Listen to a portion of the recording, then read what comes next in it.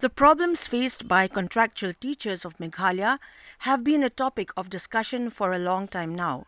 Responding to queries by reporters on the issue, Meghalaya Chief Minister Conrad K Sangma said that the government is open to examining ways and means to help those who have not qualified for the permanent teaching positions, but on the condition of adhering to rules and procedures as per government departments. Contractual teachers, and obviously they were on contract for 58 days and they was renewed every time 58 days.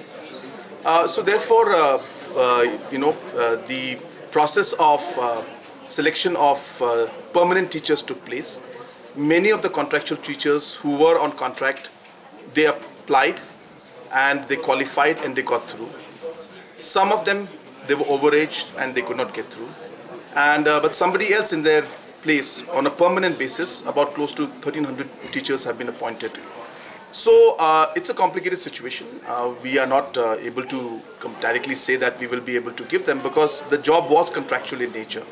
So if there is any possibility of helping them in any other possible way, following the rules and procedures and the processes that are there in the departments and the government, we're ready to examine all of those things. But to be able to just directly appoint them would not be appropriate for us because there are procedures and processes we have to follow.